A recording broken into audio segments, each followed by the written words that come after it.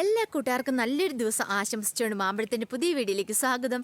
ആദ്യമായിട്ട് കാണുന്നവരാണെങ്കിൽ ചാനൽ ഇഷ്ടപ്പെട്ട ഒന്ന് സബ്സ്ക്രൈബ് ചെയ്യാൻ മറക്കരുത്.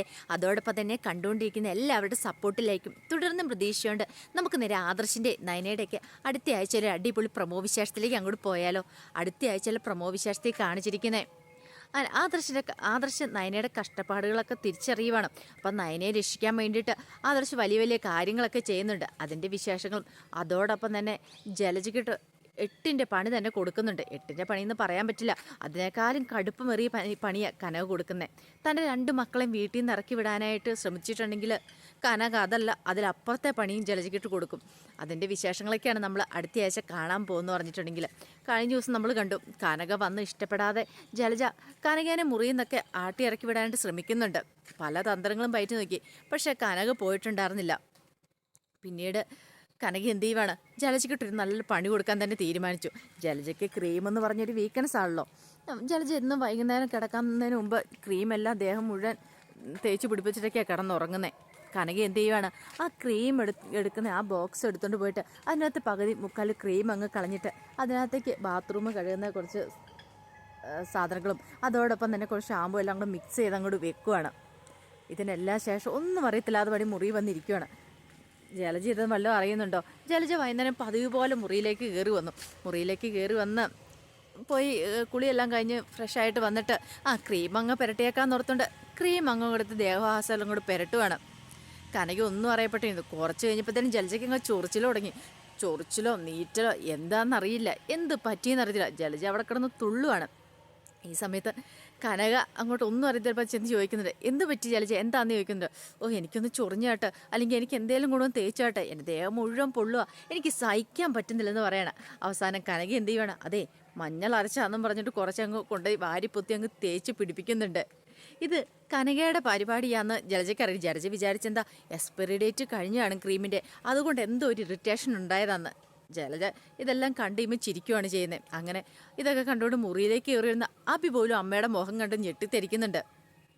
അതിൻ്റെ വിശേഷങ്ങളും അതോടൊപ്പം തന്നെ കാണിക്കുന്ന മറ്റൊരു വിശേഷം വല്ലാത്ത വിഷമമായിപ്പോയി ആദർശിന്. കാരണം കനക നയനയോട് പറയുന്ന കാര്യങ്ങളൊക്കെ ആദർശ് കേട്ടിട്ടുണ്ടായിരുന്നു. ഈ വീട്ടിലെ ഓരോ കഷ്ടപ്പാടുകൾ എന്ന് പറഞ്ഞിട്ടുണ്ടെങ്കിൽ രാവിലെ എഴുന്നേറ്റിട്ടുണ്ടെങ്കിൽ വൈകുന്നേരം കിടക്കുന്നതോടെ വരെ അത്രയ്ക്ക് നല്ല പണിയുണ്ട് നയനയ്ക്ക്. അപ്പോൾ ആദർശം ഇതെല്ലാം കാണുന്നുണ്ട്. വേലക്കാരിയും കൂടി ഇല്ലല്ലോ. അപ്പോൾ വേലക്കാരിനെ പറഞ്ഞു വിട്ടതിന് ശേഷം പിന്നീട് വേലക്കാരി ആദർശമായിട്ട് തിരിച്ചു വിളിക്കുവാണ് വീട്ടിലേക്ക്. പക്ഷേ ഇത് ദേവയാനിക്കൊന്നും ഇഷ്ടപ്പെട്ടില്ല. കനയ്ക്കാണെങ്കിലും സന്തോഷമായി, വേലക്കാരി തിരിച്ചു വന്നല്ലോ, അത്രയൊരു സഹായമായല്ലോ നയനയ്ക്ക്. പക്ഷേ ദേവയാനി എന്ത് ചെയ്യുവാണ്, വേലക്കാരനെ വിളിച്ചതിൻ്റെ പേരിൽ ഭയങ്കരമായിട്ട് ആദർശനോട് ദേഷ്യപ്പെടുന്നുണ്ട്. നിൻ്റെ ഭാര്യ ചെയ്യേണ്ട ജോലികളൊക്കെയാണ്, അതിപ്പോൾ വേലക്കാരിയെ വെച്ച് ചെയ്യേണ്ട ആവശ്യമുണ്ടോ എന്നൊക്കെ പറയുമ്പം ആദർശ് പറഞ്ഞു, ഇവിടെ ഒരാൾക്ക് മാത്രമല്ല എല്ലാവർക്കും ജോലി ചെയ്യാൻ പറ്റുന്ന, പക്ഷെ ഇന്ന് വരെ ആരും അടുക്കള കയറി ഞാൻ അങ്ങനെ കണ്ടിട്ടില്ല. ഒരാൾ തന്നെ എങ്ങനെയാണ് ജോലി ചെയ്യുന്നത്, അത് ഇത്രയും പേർക്ക്. ഒരാൾക്ക് ഇപ്പം ചായ വേണമെന്ന് പറയുമ്പോൾ ഒരാൾക്ക് കാപ്പി വേണമെന്ന് പറയും. അങ്ങനെ ഇത്രയും ആൾക്കാരുടെ കാര്യം ഇവിടെ തന്നെ ഓടി നടന്ന് ചെയ്യണ്ടേ? അതുകൊണ്ട് ആ വേലക്ക് അവളെ മീനാക്ഷി ചേച്ചിനെ അങ്ങ് തിരിച്ചു വിളിച്ചതെന്ന് പറയണം. പിന്നെ ദേവാനിക്ക് അത് സമ്മതിക്കേണ്ടി വന്നു. ഫുൾ സപ്പോർട്ടുമായിട്ട് മുത്തശ്ശനും മുത്തശ്ശിയൊക്കെ ഉണ്ടല്ലോ, അവർക്കറിയാം നയനയുടെ കഷ്ടപ്പാട് എന്താണെന്ന്.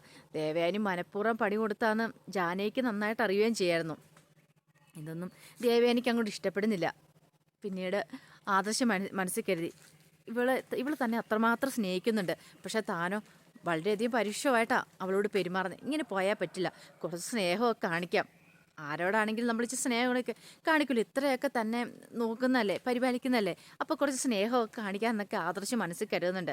പിന്നീട് അനി എന്ത് ചെയ്യുവാണ്, അനി ആദർശിൻ്റെ അടുത്തേക്ക് വരുന്നുണ്ട്. അനി വന്നു കഴിയുമ്പോഴത്തേനും ആദർശിനോട് ചോദിക്കുന്നത്, എന്ത് പറ്റിയേട്ടാ, എന്താ മുഖം വല്ലാതിരിക്കുന്നതെന്നൊക്കെ. പിന്നെ തൻ്റെ മനസ്സിലുള്ള കാര്യങ്ങളൊക്കെ അനിയോട് പറയുന്നുണ്ട്. എല്ലാം കേട്ട് കഴിഞ്ഞപ്പോൾ അനി പറഞ്ഞു, ഏട്ടൻ നന്നായിട്ട് നോക്കുന്നു പോലില്ല, വേണ്ട രീതിയിൽ കെയർ പോലും ചെയ്യുന്നില്ല, ഇടയ്ക്കൊക്കെ ഒന്ന് പുറത്ത് കൊണ്ടുവന്ന് സന്തോഷിപ്പിക്കണം എന്നൊക്കെ പറയുന്നുണ്ട്. ഇതൊക്കെ കേട്ട് കഴിഞ്ഞപ്പോൾ ആദർശം ഒന്ന് ശരിയാണ്, അനി പറയുന്നതിലും കാര്യങ്ങളൊക്കെ ഉണ്ട്. താൻ ഇന്ന് വരെ അവളെ പുറത്ത് കൊണ്ടുപോയി അല്ലെങ്കിൽ ഫുഡ് മേടിച്ചു കൊടുക്കുക അങ്ങനെയൊന്നും കാര്യങ്ങളും ചെയ്തിട്ടില്ല. ഇടയ്ക്കൊക്കെ വല്ലപ്പോഴൊക്കെ ഒന്ന് പുറത്ത് പോകാം, എങ്ങാനും ചുരുക്കം ചെയ്തപ്പോഴൊക്കെ മാത്രമേ പോയിട്ടുള്ളൂ. അങ്ങനെ ആദർശം നയനെ വിളിച്ച് പറയുകയാണ്, ഒരുങ്ങിയിരുന്നോ, നമുക്ക് വൈകുന്നേരം പുറത്തുനിന്ന് പോയി ഡിന്നർ കഴിക്കാമെന്നൊക്കെ പറയുകയാണ്.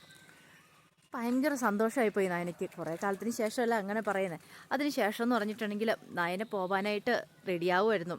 രാവിലെ എല്ലാം ഫുഡൊക്കെ ഉണ്ടാക്കി വെച്ചതിന് ശേഷം പിന്നെ പോകാമെന്ന് ഓർത്തുകൊണ്ട് എല്ലാം റെഡിയായി സെറ്റായിട്ടിരിക്കുമ്പോഴാണ് കനക അങ്ങോട്ട് വരുന്നത്. കനക കണ്ടു നയനയുടെ മുഖത്തെ സന്തോഷം. അപ്പോൾ കനയ്ക്ക് മനസ്സിലായി എന്തോ ഒരു കാര്യമുണ്ട്. അപ്പോൾ കനക നയനയോട് ചോദിക്കുവാണ്, എന്താ കാര്യം, എന്താ മോളെ ഇന്ന് പതിവിലും വീരിയത് ഭയങ്കര സന്തോഷമുള്ള മുഖത്തെന്നൊക്കെ പറഞ്ഞു. അതെ ഒരു കാര്യമുണ്ട് അമ്മയെന്ന് പറഞ്ഞാൽ. എന്താ കാര്യം പറ മോള്. അതിന്ന് പുറത്തുനിന്ന് ഡിന്നർ കഴിക്കാമെന്ന് പറഞ്ഞിട്ടുണ്ടെന്ന് പറയണം. ഓഹോ അത് കൊള്ളാലോ. ഈ സന്തോഷമൊക്കെ കണ്ടു കഴിഞ്ഞപ്പോൾ ജലജ അങ്ങോട്ട് വരുന്നുണ്ട്. ജലജയ്ക്ക് മനസ്സിലായി എന്തോ ഒരു തന്ത്രമുണ്ടെന്ന്. ജലജ അത് മനസ്സിലാക്കുവാണ്. പുറത്തുനിന്ന് ഡിന്നർ കഴിക്കുന്ന കാര്യം ആദർശ് നയനയോട് പറഞ്ഞെന്ന്. ജലജയ്ക്ക് സഹിക്കുമോ? ജലജ എന്ത് വേണം ഈ കാര്യം എല്ലാവരോടും പോയി പറയുന്നത് നയനെ പോയി ഡിന്നർ കഴിക്കുന്നല്ല. ആദർശ് പറഞ്ഞു എല്ലാവരോടും ഒന്ന് പുറത്തുനിന്ന് ഫുഡ് കഴിക്കാമെന്ന്. അപ്പം എല്ലാവരും റെഡിയായിക്കോളാൻ പറയാണ്. അങ്ങനെ എല്ലാവരും റെഡിയായിട്ടൊക്കെ ഇരിക്കുന്നുണ്ട്. പാവം നയന ഇതൊന്നും അറിയുന്നുണ്ടായിരുന്നില്ല.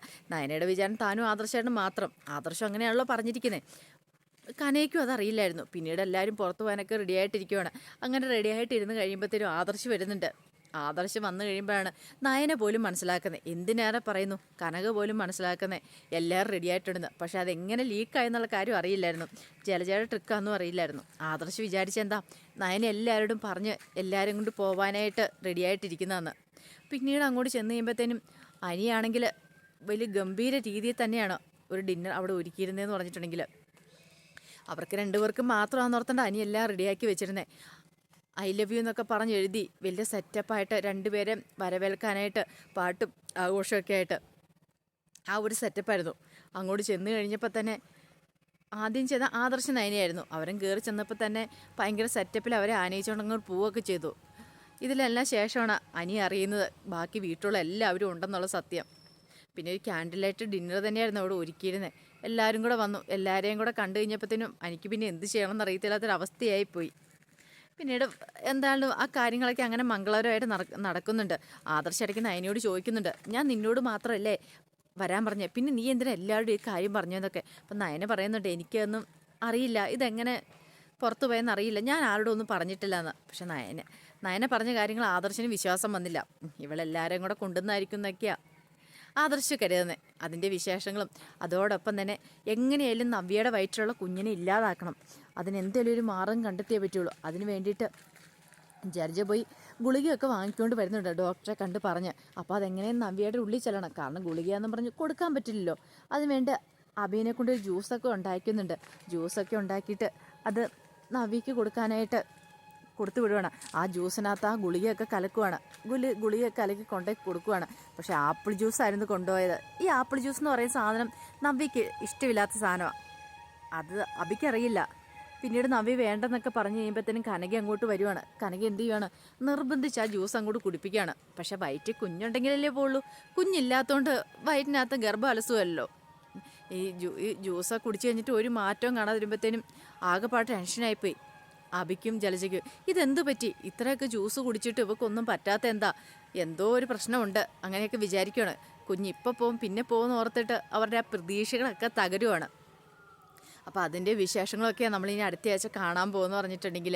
അപ്പോൾ ആ വിശേഷങ്ങൾക്കായി നമുക്ക് എല്ലാവർക്കും കാത്തിരിക്കാം കേട്ടോ. ഒരിക്കൽ കൂടി എല്ലാവർക്കും നല്ലൊരു ദിവസം ആശംസിച്ചുകൊണ്ട് നിർത്തുന്നു. നന്ദി.